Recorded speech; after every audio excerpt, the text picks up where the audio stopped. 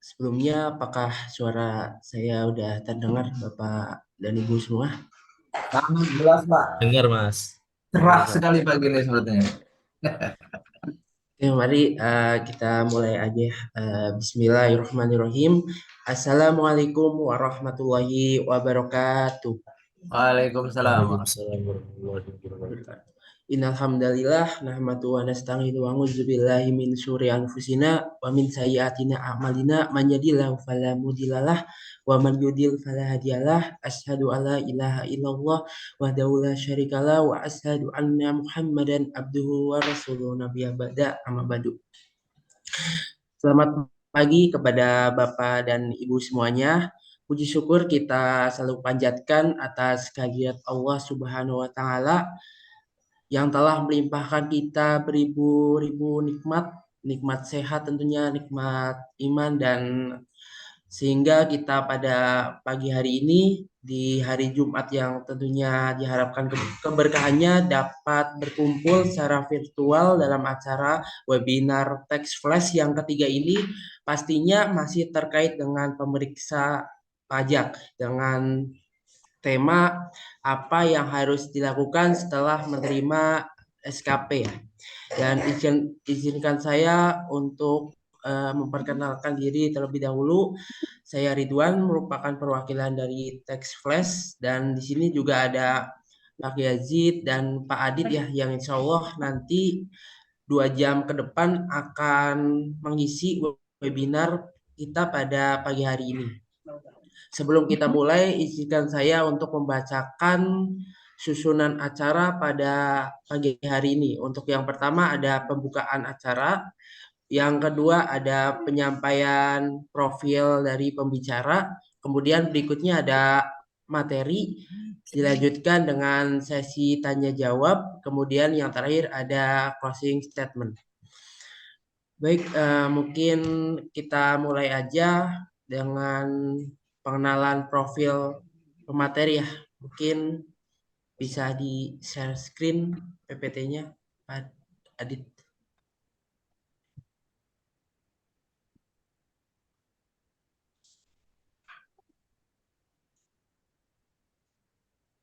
Oke, ini yang mau kita bahas atau bedah masih terkait pemeriksa pajak, dan ini pematerinya yang mungkin Bapak atau Ibu mungkin udah nggak asing lagi ya. Ada yang pertama ada Muhammad Yazid atau Pak Yazid ya di sini, dan dari tahun 1999 sampai 2020 beliau udah akrab di pemeriksa. Sedangkan dari tahun 2020 sampai sekarang beliau udah jadi konsultan pajak. Dan riwayat pendidikan beliau mulai dari D3 Pajakstan, kemudian S1 akuntansi di STIE Jagakarsa Jakarta, kemudian beliau juga mengambil S hukum di STIH Dharma Adiga di Bogor, kemudian S2 beliau di administrasi publik di Setiabudi Jakarta. Mungkin bisa di next. Dan berikut merupakan profil dari pembicara kedua kita, yaitu ada Pak Aditya Rizky Bahari ya, yang lahir di Brebes dan memulai pendidikan formal di S1 akuntansi di Universitas MH Tamrin, kemudian S1 hukumnya di STIH Dharma Adiga di Bogor. Kemudian beliau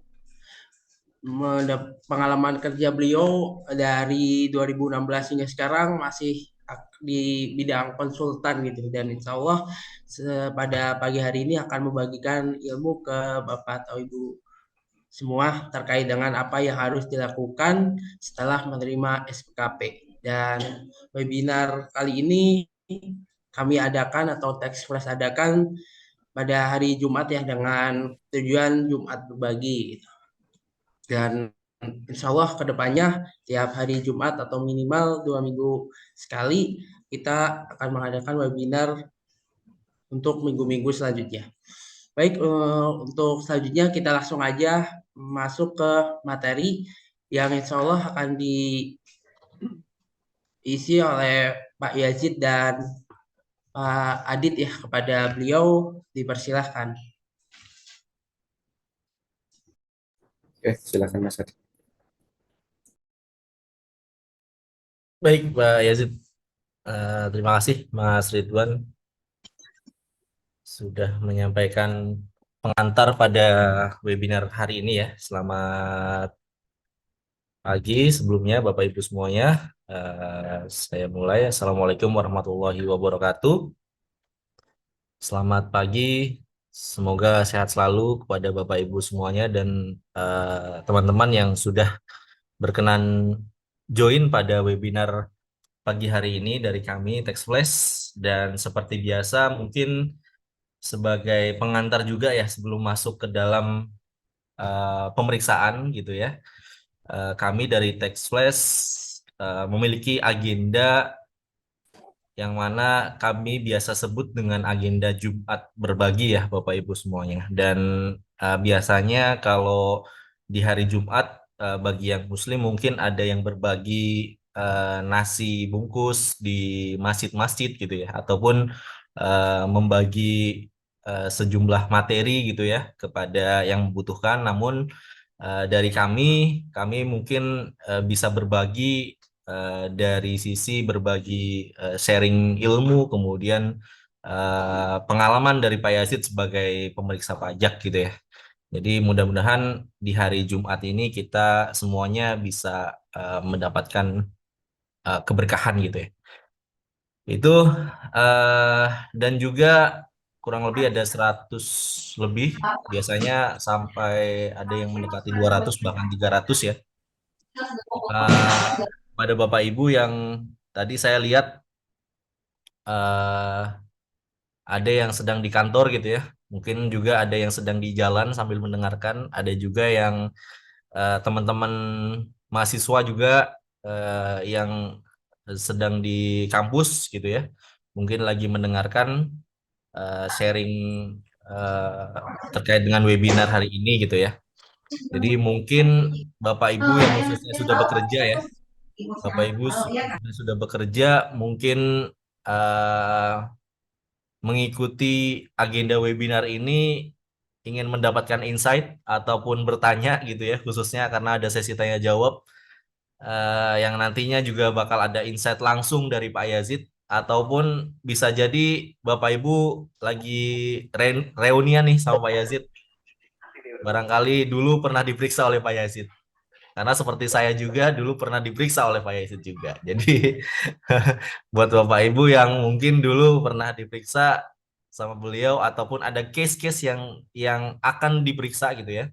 Karena mengajukan restitusi misalnya atau bahkan sekarang sedang dalam proses pemeriksaan gitu ya, sedang tektok data gitu ya, sedang eh, menyampaikan pengujian ekualisasi misalnya, ataupun mapping koreksi fiskal, ataupun mapping biaya lampiran 2 gitu ya. Jadi mudah-mudahan yang sedang diperiksa juga semoga dimudahkan, dilancarkan gitu ya. Baik, sekali lagi terima kasih kepada Bapak Ibu yang sudah berkenan join dan eh, pada hari ini izinkan saya mengawali penyampaian materi sebelum nanti akan ada tambahan juga dari Pak Yazid.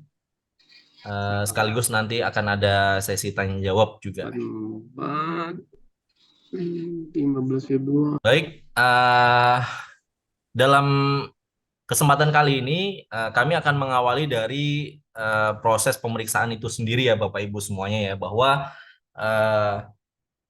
berdasarkan undang-undang gitu ya, karena referensi kita kalau pajak itu pasti tidak luput dari aturan gitu ya. Jadi pemeriksaan ini merupakan serangkaian kegiatan menghimpun dan mengolah data, keterangan, dan atau bukti yang dilaksanakan secara objektif dan profesional berdasarkan suatu standar pemeriksaan untuk menguji kepatuhan pemenuhan kewajiban perpajakan dan atau untuk tujuan lain dalam rangka melaksanakan ketentuan perundang-undangan perpajakan. Sehingga pemeriksaan pajak ini bisa jadi atas permohonan kita gitu ya.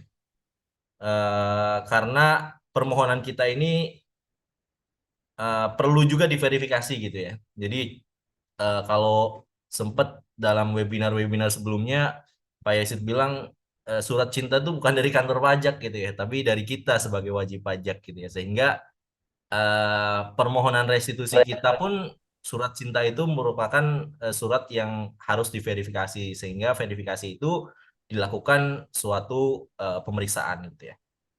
Kemudian bisa juga pemeriksaan itu atas atas apa namanya pemenuhan untuk menguji kepatuhan. Karena bisa jadi misalnya sesuai dengan undang-undang HPP gitu ya, Ciptaker, di mana perusahaan yang mengalami kerugian ya berturut-turut 3 tahun bahkan sampai 5 tahun, tapi masih sustain gitu ya, masih berjalan gitu ya, namun mengalami kerugian gitu ya, tapi kok masih berjalan, itu ada potensi untuk dilakukan pemeriksaan. Nah, berikutnya seperti yang tadi saya sampaikan bahwa pemeriksaan pajak ataupun hal apapun berkaitan dengan pajak itu pasti berkaitan juga dengan kerangka hukumnya atau bisa kita sebut sebagai dasar aturan dari pemeriksaan, di mana ketika kita melakukan pemenuhan kepatuhan perpajakan gitu ya, yang mana kita tahu bahwa konsep dari perpajakan di Indonesia merupakan konsep self assessment ya, di mana self assessment ini kita bisa melakukan apa namanya penghitungan sendiri, memperhitungkan, kemudian ada menyetorkan atau membayarkan, serta melaporkan aspek pajak yang sudah kita hitung gitu ya. Kemudian dari self assessment tadi, indikasi-indikasi yang mana akan dilakukan pemeriksaan gitu ya Bapak Ibu semuanya, di mana pemeriksaan itu tadi bisa dilakukan atas kemauan kita gitu ya, dengan melakukan permohonan restitusi gitu ya. Kemudian permohonan restitusi itu baik misalnya atas SPT PPh Badan maupun atas SPT PPN gitu ya. Kemudian dasar hukumnya yaitu di pemeriksaan, yaitu di Undang-Undang KUP, di mana Direktorat Jenderal Pajak dalam proses pemeriksaan ini berwenang untuk melakukan proses pemeriksaan gitu ya. Kemudian dalam melakukan proses pemeriksaan tersendiri itu DJP akan melakukan pemeriksaan dengan standar yang sudah ditentukan oleh aturan, di mana aturan itu dituangkan dalam PMK ya, yang mungkin juga kita sudah ketahui juga di PMK 184 atau yang sebelumnya mengalami beberapa perubahan dari PMK 17 tahun 2012 gitu ya. Kemudian dari standar pemeriksaan tersebut itu ada beberapa poin khusus ya, ketika salah satunya ya, ini salah satunya misalnya dalam pemeriksaan tersebut itu fokus terhadap pemeriksaan atas hubungan istimewa, sehingga ketika standar pemeriksaan terkait dengan hubungan istimewa tersebut ternyata diatur lebih lanjut dalam Per 22 maupun SE 50 di tahun 2013, sehingga terkait dengan PMK ini, yaitu PMK 17 maupun PMK 184, yang mana hal tersebut merupakan apa ya, sandaran hukum bagi teman-teman pemeriksa terkait dengan standar pemeriksaannya. Namun ketika ada suatu hal yang lebih like spesialis lagi atau khusus lagi terkait dengan misalnya pemeriksaan hubungan istimewa, maka akan diatur lebih lanjut kepada aturan turunan di bawahnya, yaitu di Per 22 dan SE 50. Ini terkait dengan tata cara pelaksanaan hak dan kewajiban perpajakan terkait dengan pemeriksaan ya Bapak Ibu semuanya, bahwa ketika standar pemeriksaan tersebut dan juga kebijakan pemeriksaan tersebut akan dijalankan oleh pemeriksa ya, dan juga akan disampaikan juga oleh apa namanya tim pemeriksa kepada wajib pajak, di mana standar pemeriksaan ataupun apapun yang mereka akan lakukan gitu ya, tim pemeriksa akan lakukan itu sebetulnya bisa kita lihat ya Bapak Ibu semuanya, yaitu terkait dengan misalnya metode dan teknik. Bagaimana sih tim-tim pemeriksa itu melakukan metode dan teknik sehingga mereka memunculkan suatu temuan yang akan dijadikan sebagai temuan untuk dilakukan koreksi gitu ya. Nah, itu bisa kita lihat tuh Bapak Ibu semuanya di metode dan teknik. Dan itu juga sudah sempat kita bahas tuh Bapak Ibu semuanya di webinar sebelumnya, 2 webinar sebelumnya gitu ya Bapak Ibu. Dan Bapak Ibu yang belum melihat mungkin bisa mengecek di YouTube Text Flash ya.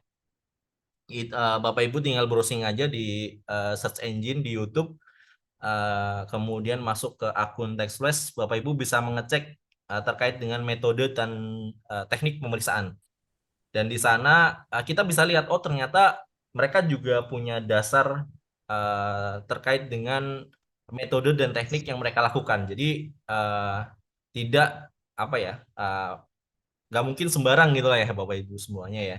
Nggak mungkin sembarang melakukan temuan atas dasar koreksinya, sehingga kita juga bisa lihat apa sih metode dan teknik Jadi yang sebenarnya kayak itu udah minta dari lakukan gitu ya. Dan pasti di sana juga banyak tuh Bapak Ibu semuanya metode dan teknik yang mereka lakukan, di mana dari metode dan teknik yang akan mereka lakukan, mereka juga pasti akan memilih ya salah satu atau salah dua untuk mereka gunakan dalam mencari temuan-temuan yang sedang dilakukan pemeriksaan gitu ya Bapak Ibu. Sehingga dari metode dan teknik tersebut nantinya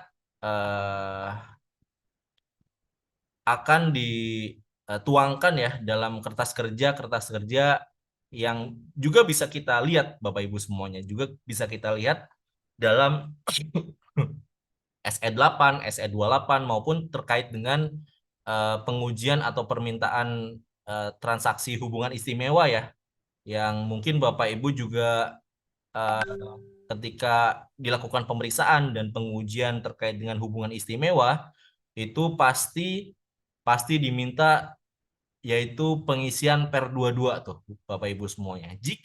Nah ini saya spill sedikit nih Bapak Ibu semuanya. Nanti mungkin akan dibahas lebih lanjut oleh Pak Yazid ataupun di webinar berikutnya gitu. Jika pemeriksaan tersebut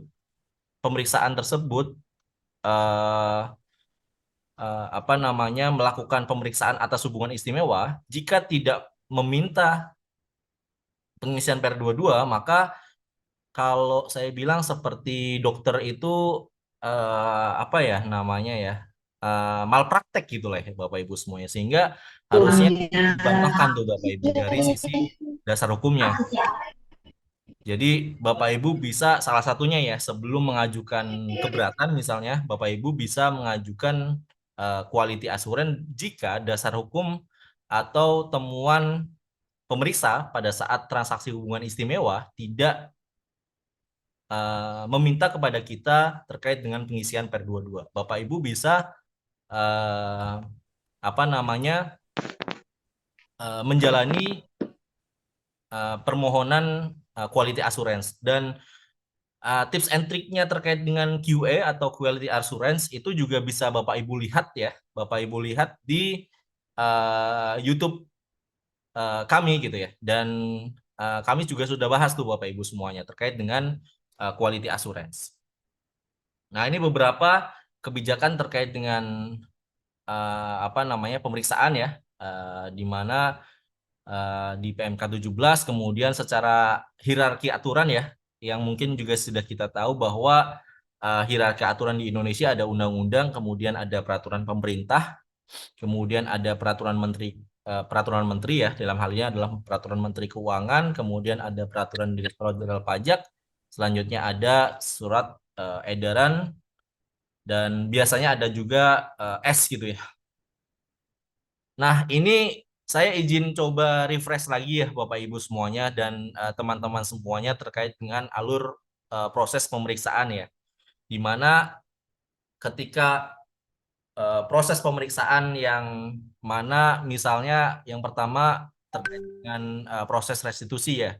Restitusi SPT badan ya, mungkin ya. Bapak Ibu yang kemarin mengajukan restitusi PPh badan di lapor di 30 April kemarin gitu ya.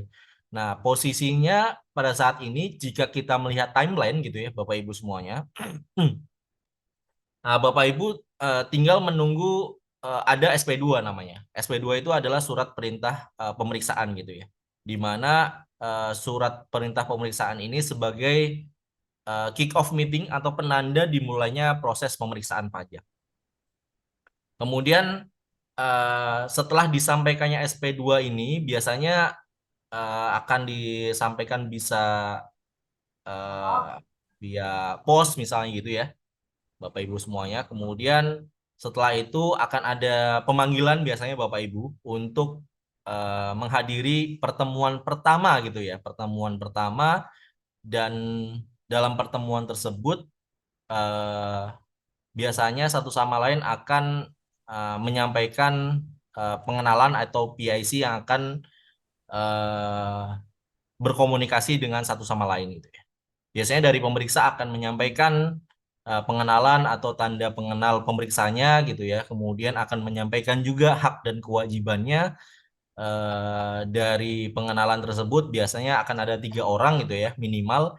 Biasanya ada supervisor, Bapak supervisor atau Ibu supervisor, kemudian ada ketua tim, kemudian di bawahnya lagi ada anggota ya. Biasanya anggota bisa satu, bisa lebih dari satu. Kemudian dari ketiga orang tersebut, kemudian nanti mereka akan menyampaikan tadi tuh hak dan kewajiban dari mereka maupun dari sisi wajib pajak. Kemudian dari sana mereka juga akan meminta pengenalan juga dari tim perusahaan ataupun kuasa maupun siapapun yang akan mendampingi dalam proses pemeriksaan tersebut. Kemudian nantinya akan diminta juga PIC siapa yang akan berkomunikasi dengan tim pemeriksa. Dari sana biasanya di kick off tersebut langsung diminta form permintaan data dan keterangan atau keterangan gitu ya. Permintaan data ini bisa dilakukan beberapa kali ya Bapak Ibu semuanya ya. Jadi nggak cuma di awal aja, tapi jika nantinya di pertengahan kok minta lagi gitu ya. Nah itu memang permintaan data tersebut atau keterangan tersebut bisa diminta oleh pemeriksa. Tapi biasanya memang di awal itu akan banyak permintaan tuh Bapak Ibu semuanya. Jadi kalau Bapak Ibu yang baru pertama kali diperiksa itu jangan kaget tuh Bapak Ibu. Jadi permintaannya akan sangat banyak gitu ya.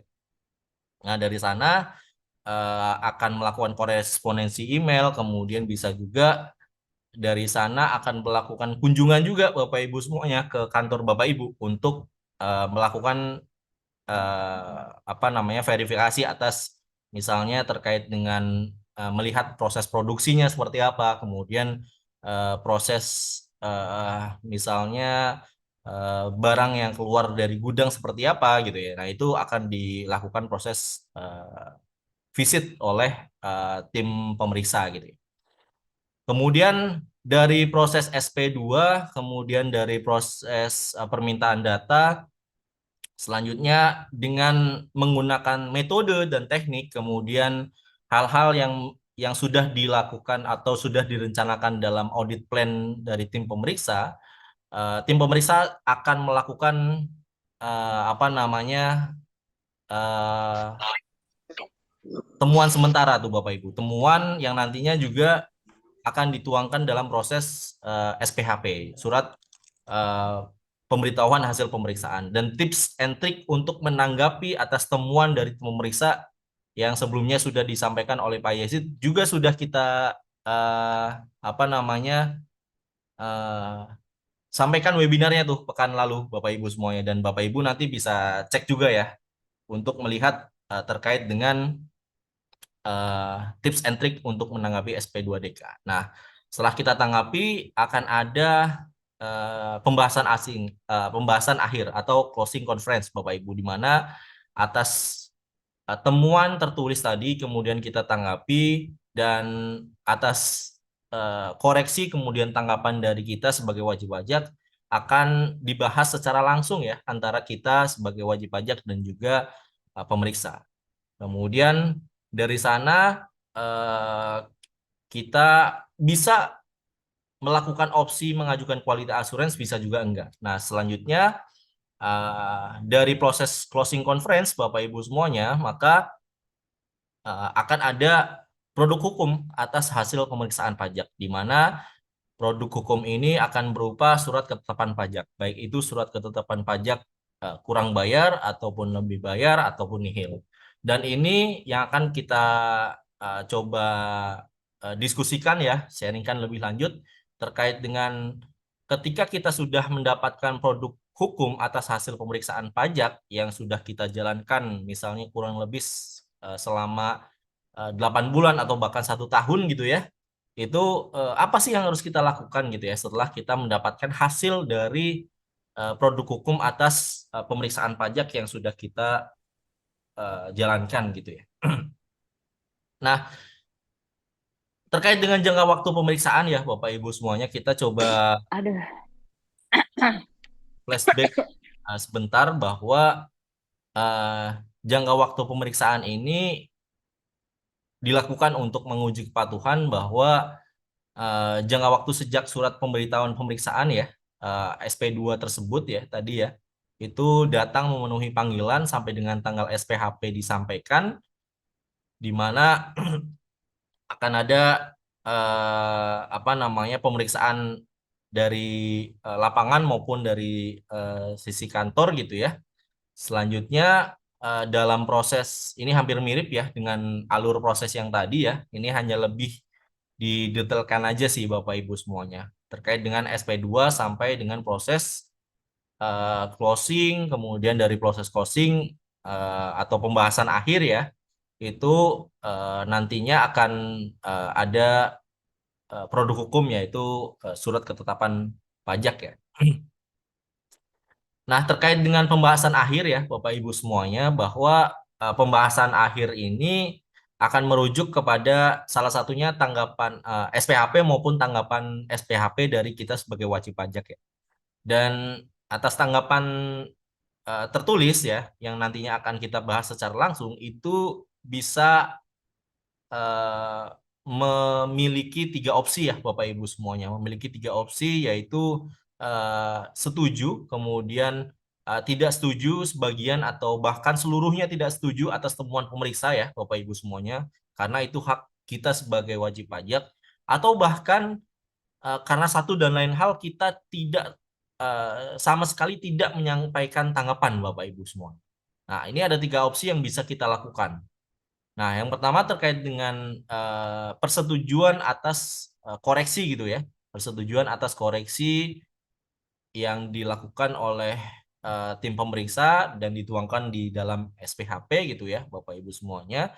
Kemudian setelah kita menanggapi tanggapan SPHP tersebut, kita akan mendapatkan undangan, Bapak Ibu. Undangan tersebut juga ada 2 opsi, kita bisa hadir maupun kita juga nggak hadir juga Bapak Ibu. Ada 2 opsi. Jika kita hadir maka akan dibahas gitu ya. Pembahasannya juga akan lebih cepat karena Bapak Ibu setuju atas koreksi pemeriksa gitu ya. Bisa jadi temuannya tidak ada temuan, makanya Bapak Ibu setuju, bisa jadi gitu ya. Atau temuannya relatif masih bisa ditolerir gitu ya. Masih diakui oleh Bapak Ibu kalau oh ini karena satu dan lain hal kita tidak melakukan pemotongan atas PPh 21 sehingga ya kita harusnya setuju gitu ya Bapak Ibu. Misalnya seperti itu. Sehingga kita akan melakukan penandatanganan atas 3 dokumen Bapak Ibu yang perlu diperhatikan. Ada berita acara, ada risalah pembahasan, dan juga akan ada ikhtisar hasil pembahasan akhir. Jadi akan ada 3 dokumen ya Bapak Ibu semuanya. Begitu juga dengan eh, tidak setuju sebagian juga memiliki opsi dalam pembahasan akhir ketika kita diundang ya oleh tim pemeriksa, oleh KPP, itu juga kita memiliki opsi bisa hadir dan juga bisa juga untuk tidak hadir ya. Dimana kalau kita tidak hadir dalam undangan tersebut, itu perbedaannya adalah nantinya akan ada berita acara Bapak Ibu semuanya. Berita acara bahwa kita sebagai wajib pajak tidak melakukan pembahasan akhir bersama dengan pemeriksa pajak gitu ya. Dan nantinya pembahasan akhir tersebut tetap dianggap telah dilakukan Bapak Ibu, dan nantinya apa namanya pendapat Bapak Ibu sesuai dengan tanggapan atau data yang apa namanya sesuai dengan tanggapan tertulis di tanggapan SPHP. Karena biasanya ya Bapak Ibu semuanya, biasanya ketika SPHP itu terbit, kita sudah menyampaikan apa namanya permohonan perpanjangan karena tanggapan SPHP itu bisa di submit ya Bapak Ibu semuanya, bisa disubmit dalam jangka waktu 7 hari kerja ya, 7 hari kerja ya Bapak Ibu semuanya. Kemudian bisa ditambah ada tambahan bonus gitu ya, tambahan bonus perpanjangan 3 hari kerja gitu ya. Jadi eh, maksimal bisa ditanggapi 10 hari kerja. Biasanya dalam 10 hari tersebut juga karena satu dan lain hal Bapak Ibu masih cukup kesulitan untuk mengumpulkan bukti, dan bukti itu biasanya akan ditambahkan di proses pembahasan akhir. Nah, kemudian ketika opsi yang ketiga nih Bapak Ibu tidak menyampaikan tanggapan sama sekali ya. Maka dari itu ketika pembahasan dalam proses closing conference atau pembahasan akhir gitu ya, juga memiliki 2 opsi juga, bisa hadir untuk menyampaikan argumen secara langsung gitu ya, bahwa argumen tersebut juga bisa bisa setuju atau tidak setuju gitu ya. Kemudian pun tidak hadir ya Bapak Ibu semuanya, tidak hadir karena misalnya saya pernah kejadian ketidakhadiran karena suratnya cuma sampai di pos security misalnya, atau terselip gitu ya karena satu dan lain hal, sehingga ya menyebabkan harusnya hadir tapi karena kita tidak tahu ya, maka ya tetap aja dianggap tidak hadir ya Bapak Ibu semua. Ini sekilas terkait dengan workflow pembahasan dengan tim quality assurance Bapak Ibu sebelum adanya produk hukum yaitu surat ketetapan pajak. Saya izin flashback sekilas ya Bapak Ibu, walaupun ini sudah dijelaskan secara insya Allah secara detail di webinar sebelumnya, dan Bapak Ibu izin saya ulangi lagi bahwa Bapak Ibu bisa mengecek di YouTube kami ya, itu sudah membahas terkait dengan quality assurance. Jadi quality assurance ini merupakan salah satu jalan yang bisa Bapak Ibu tempuh sebelum Bapak Ibu melakukan permohonan keberatan. Biasanya kan kita sering mendengar fasilitas yang wajib pajak dapatkan ketika setelah proses pemeriksaan, apa sih yang harus kita lakukan gitu ya. Ya biasanya kalau nggak permohonan keberatan atau permohonan pasal 36 gitu ya. Kemudian langsung nih ke gugatan ataupun ke proses banding di pengadilan pajak. Sebetulnya ada salah satu fasilitas lagi di mana sebelum SKP itu atau sebelum produk hukum terbit ya, itu ada satu fasilitas lagi Bapak Ibu, yaitu kita melakukan pembahasan atau permohonan quality assurance, di mana quality assurance ini akan dilakukan di Kanwil Bapak Ibu. Jadi misalnya Bapak Ibu ada di KPP mana ya, misalnya KPP di sekitar Jakarta gitu ya. Nah, nanti akan dilakukan pembahasan dengan tim di Kanwil Bapak Ibu. Jadi hampir mirip di proses keberatan ya, karena proses keberatan kan dilakukan di wilayah Kanwil gitu ya Bapak Ibu semuanya. Proses quality assurance ini juga juga apa namanya juga dibahas nih, dan ini merupakan fasilitas yang juga dinaungi di aturan di PMK 184 ataupun PMK 17. Ini Bapak Ibu bisa apa namanya menyampaikan argumen ya, dan argumen ini ataupun dasar argumen ini hanya terbatas pada dasar hukum aja, bukan materi. Nah, ini yang menjadi perbedaan nih Bapak Ibu ketika apa namanya dalam proses keberatan itu kan bisa materi, bisa dasar hukum juga gitu ya. Nah, tapi kalau quality assurance hanya apa namanya berkaitan dengan dasar hukum. Nah, ini penandatanganan yang perlu disampaikan setelah proses pembahasan akhir dalam quality assurance gitu ya. Nah, dokumen yang akan ditandatangani ya Bapak Ibu semuanya pada saat pembahasan akhir dan produk hukum hasil pemeriksaannya ini saya coba ulangi ya, karena di webinar sebelumnya ada yang ingin mengajukan apa namanya salah satunya QA gitu ya, tapi karena satu dan lain hal ternyata tidak bisa karena pada saat penandatanganan risalahnya gitu ya itu eh, terlewat harinya ataupun tidak ditandatangani waktu itu kalau seingat saya gitu ya. Jadi akan ada 3 dokumen Bapak Ibu semuanya, ada berita acara, ada risalah pembahasan, ada ikhtisar hasil pembahasan akhir atau biasa kita sebut dengan IHPA. Nah, ketika 3 dokumen ini sudah kita tanda tangani Bapak Ibu semuanya, kemudian di risalah dan di IHPA ini nantinya akan ada angka-angka yang Bapak Ibu perlu cek ya.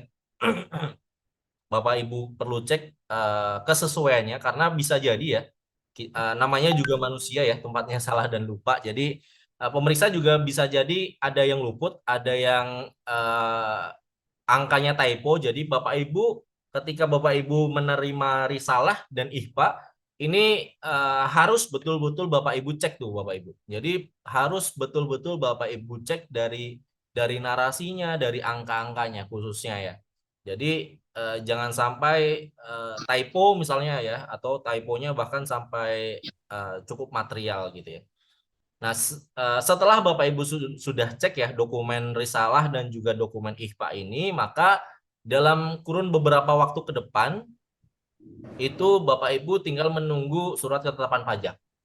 Dan setelah surat ketetapan pajak Bapak Ibu sudah terima, maka selanjutnya Bapak Ibu yang harus Bapak Ibu lakukan harus dilakukan pengecekan terkait dengan salah satunya terkait dengan angka-angkanya ya.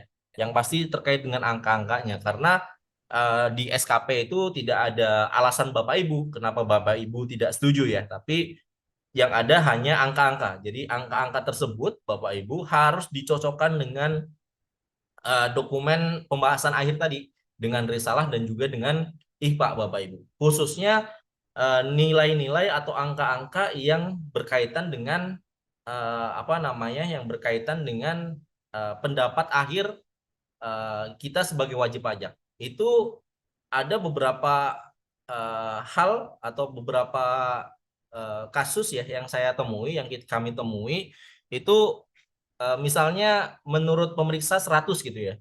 Padahal menurut kita kurang bayarnya bukan 100 tapi 50 aja gitu ya. Nah, di SKP itu kita dianggap 100 gitu ya. Ketika kita dianggap 100 dan juga kita menyetujui angka 100, hal tersebut harus kita bayar Bapak Ibu sebelum kita ingin mengajukan proses berikutnya, yaitu salah satunya keberatan Bapak Ibu. Ketika yang kita setujui adalah 0, maka 0 itu ya apa namanya karena nggak ada yang kita bayar, maka dari itu ya nggak ada apa namanya nggak ada kewajiban untuk kita melakukan pembayaran minimal yang kita setujui gitu ya. Nah, hal itu yang perlu Bapak Ibu amat sangat perhatikan ya ketika mendapatkan SKP gitu ya. Nah, kejadian bagaimana ketika ada SKP yang ternyata tidak sesuai dengan dokumen risalah dan juga IPA nih Bapak Ibu semua. Ketika produk hukum atas pemeriksaan tadi ya Bapak Ibu semuanya, yaitu surat ketetapan pajak, mungkin lebih bayar ataupun apa namanya kurang bayar gitu ya. Itu berdasarkan PMK 11 di 2013 ini kita ada sarana nih Bapak Ibu semuanya. Ketika ada SKP yang tidak sesuai dengan dokumen risalah dan IPA. Nah, biasanya kita melakukan komunikasi lagi nih dengan apa namanya bisa dengan tim pemeriksa gitu ya. Yang mana misalnya ada kesalahan, misalnya kesalahan hitung, kesalahan tulis gitu ya, atau kesalahan apapun gitu ya, yang berkaitan dengan ketidaksesuaiannya antara SKP dengan apa namanya dokumen closing gitu ya, yang biasanya ya paling paling ini ada juga kesalahan tulis nama misalnya alamat misalnya atau apapun gitu ya, ataupun bahkan yang lebih fatal misalnya kesalahan hitung tadi ya. Nah, itu kita bisa berkomunikasi dan eh, DJP itu atas permohonan wajib pajak gitu ya. Kita bisa melakukan permohonan ataupun karena jabatannya itu bisa atau dapat membetulkan atas SKP tersebut gitu ya. SKP tersebut bisa meliputi SKP kurang bayar, SKP kurang bayar tambahan, nihil, lebih bayar maupun STP. Jadi kita berkomunikasi, kita bisa melakukan permohonan gitu ya. Kita bisa melakukan permohonan, namun kita juga bisa berkomunikasi dan secara jabatannya dapat membetulkan. Jadi DJP bisa membetulkan secara jabatan. Nah, ini pembetulan-pembetulan yang karena jabatannya gitu ya. DJP bisa membetulkan atas SKP gitu ya atau STP. Kemudian ada banyak ya karena kita lingkupnya adalah belum proses pemeriksaan gitu ya. Jadi luang lingkupnya yaitu terkait dengan produk hukum atas surat ketetapan pajak tadi ya, kurang bayar, lebih bayar, ataupun nihil gitu ya, ataupun ada STP di mana dalam hal terdapat kesalahan tulis, kesalahan hitung, kekeliruan penerapan peraturan, kemudian atas kesalahan hitung ini meliputi misalnya jumlah kurang kali pembagian gitu ya, kemudian dari sisi yang kita setujui gitu ya, yang nantinya berakibat pada misalnya yang kita setujui nol gitu ya, nol yang harus kita bayar gitu ya, makanya nggak ada syarat untuk kita bayar gitu ya. Kalau kita misalnya ada kesalahan hitung, kesalahan tulis tadi ya, misalnya tadi itu menurut pemeriksa, menurut KPP kita harus bayar 100 gitu ya, menurut kita bayar 0 gitu ya, nggak ada koreksi sama sekali gitu ya. Nah, ternyata terjadi misalnya kesalahan tulis menurut kita juga 100. Nah, makanya kalau menurut kita 100, maka ketika kita melakukan permohonan keberatan, maka ya akan ada cash flow uang yang keluar gitu ya Bapak Ibu. Karena berdasarkan aturan ya perlu dilakukan pembayaran atas apa namanya SKP yang kita setujui itu Bapak Ibu semua. Nah, kemudian upaya hukum yang bisa kita dapat lakukan ya setelah kita mendapatkan SKP ini, salah satunya sebagai penjembatan ya Bapak Ibu semuanya, penjembatan untuk nantinya kita melangkah ke proses webinar berikutnya, yaitu ada proses keberatan, ada proses permohonan pasal 36 gitu ya, kemudian sampai dengan proses banding sampai peninjauan kembali gitu ya. Jadi setelah surat ketetapan pajak kita dapatkan ya Bapak Ibu semuanya, ini ada beberapa upaya-upaya hukum yang bisa kita lakukan gitu ya. Ini bisa kita lakukan permohonan pembetulan tadi ya Bapak Ibu semuanya. Yang pertama, karena itu akan cukup krusial juga kalau ada kesalahan hitung, kemudian ada permohonan keberatan, ada permohonan pasal 36 sampai nantinya ada permohonan banding gitu ya. Kemudian ada pasal 36 terkait dengan permohonan pengurangan STP ataupun SKP gitu ya Bapak Ibu semuanya, ataupun terkait dengan pembatalannya gitu ya. Nah, ini memahami apa namanya keberatan ya. Ini hanya sekilas sih saya bahas gitu ya. Ini akan kita bahas di webinar-webinar berikutnya untuk lebih detailnya gitu ya. Ada keberatan setelah kita mendapatkan SKP ya. Ada keberatan dan ada permohonan pasal 36 Bapak Ibu semua.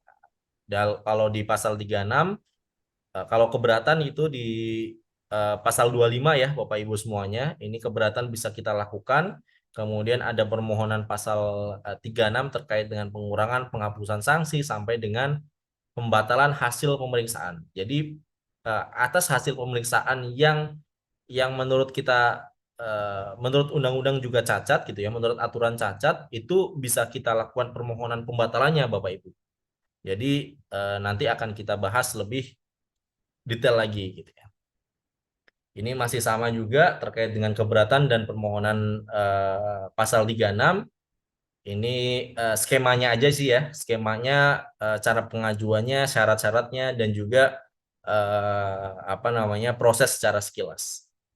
Nah, yang perlu diperhatikan Bapak Ibu semuanya, di mana ketika kita mendapatkan produk hukum tadi ya Bapak Ibu, produk hukum tersebut itu dapat kita ajukan proses keberatan ya Bapak Ibu semuanya. Nah, proses keberatan yang sudah kita ketahui berdasarkan apa namanya PMK 9 gitu ya, memiliki jangka waktu maupun PMK terkait dengan pemeriksaan, yaitu kita memiliki jangka waktu 3 bulan Bapak Ibu untuk benar-benar meramu surat permohonan gitu ya. Kita mengumpulkan dokumen, mengumpulkan bukti gitu ya Bapak Ibu. Nah, dalam jangka waktu 3 bulan tersebut, ini saya coba spill aturan di PMK tersebut di mana ternyata ada fasilitas yang mungkin kita luput untuk kita tidak lakukan Bapak Ibu semuanya. Jadi sebelum kita ajukan keberatan Bapak Ibu semuanya, ini wajib pajak dapat meminta keterangan secara tertulis dalam hal yang menjadi dasar pengenaan pajak, penghitungan rugi, pemotongan atau pemungutan pajak kepada DJP melalui kantor pelayanan pajak atau KPP tempat WP terdaftar atau tempat PKP dikukuhkan. Jadi ketika dalam proses pembahasan akhir misalnya Bapak Ibu atau dalam proses tadi ya penerimaan SPHP kemudian dari SPHP bisa juga angkanya atau nilainya berubah dalam proses closing dan Bapak Ibu masih belum tahu detailnya seperti apa, kemudian dasarnya seperti apa, itu Bapak Ibu bisa mengajukan permohonan secara tertulis terkait dengan klarifikasi untuk meminta klarifikasi terkait dengan koreksi-koreksi yang Bapak Ibu dapatkan. Dan itu kalau di PMK-nya tidak ada formatnya Bapak Ibu semuanya, jadi formatnya tidak Bisa lanjut, Mas. baku gitu ya, tidak baku. Jadi silakan Bapak Ibu ajukan keterangan permintaan keterangan tertulis saja. Jadi sebelum Bapak Ibu apa namanya mengajukan keberatan, misalnya setelah mendapatkan SKP 1 minggu 2 minggu Bapak Ibu bisa mengajukan permintaan keterangan tertulis ini. Nah, ini yang nantinya akan kita log terus ya, bahwa misalnya di proses keberatan masih ada sengketa, ini juga menjadi dasar nih untuk kita diskusikan atau kita lakukan di proses banding di pengadilan pajak Bapak Ibu. Nah, itu yang bisa saya sampaikan.